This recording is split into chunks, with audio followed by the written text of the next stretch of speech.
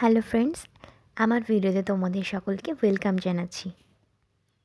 দুদিনের জন্য ছোট্ট ট্যুরে দীঘায় চললাম। আমি তো আবার ট্রেনেই যাব, কারণ যারা আমাকে চেনে তারা জানে আমি বাসে গেলে একটু ভমিটিংয়ের সমস্যা আছে। সেই জন্য আমি ট্রেনের পথটাই বেছে নিলাম। তাই যেমন কথা তেমন কাজ, ভোরবেলা উঠে একদম ফার্স্ট ট্রেন ধরে চলে গেলাম শিয়ালদা স্টেশন। তারপর ওখান থেকে ট্যাক্সি করে সোজা হাওড়া স্টেশন। হাওড়ায় গিয়ে ট্রেন ধরে আমরা সোজা নামলাম দীঘাতে, আমাদের ডেস্টিনেশন। অনেকেই বললে বিশ্বাস করবে না, আমি অনেক জায়গায় ঘুরে থাকলেও দীঘাই ফার্স্ট টাইম গেলাম, তাই আমার এক্সাইটমেন্টটাও অন্যরকম ছিল। স্টেশনে নেমে ব্রেকফাস্ট করে চলে গেলাম হোটেলের উদ্দেশ্যে।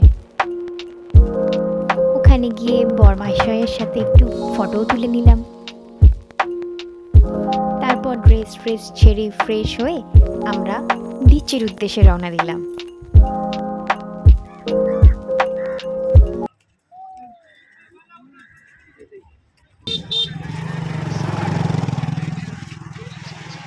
হেভি ঢেউ আছে তো।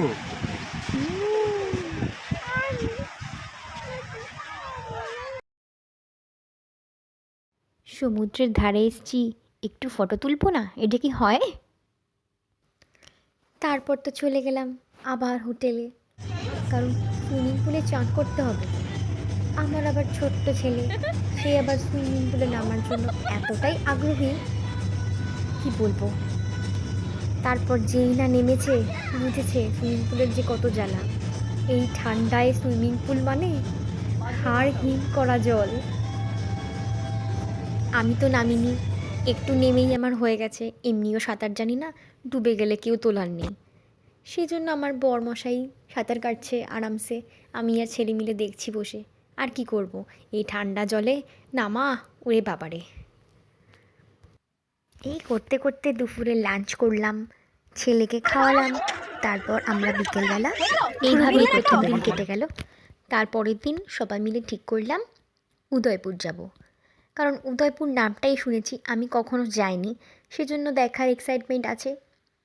সবাই মিলে গেলাম, আমার ছেলে ঘোড়ায় চড়লো আমার বরকে নিয়ে, সবাই মিলে খুব এনজয় করলাম। ডে 2তে আমি আর জলের সামনে যাইনি, না করেছি সুইমিং পুলে চান, না করেছি সমুদ্রে চান। আমার ছেলে যা দুরন্ত, ওকে নিয়েই আমাদের সময় কেটে গেছে। তারপর হোটেলে এসে লাঞ্চ করে আমরা একটু রেস্ট নিয়ে আবার বিকেলবেলা বেরোলাম ঘুরু করতে।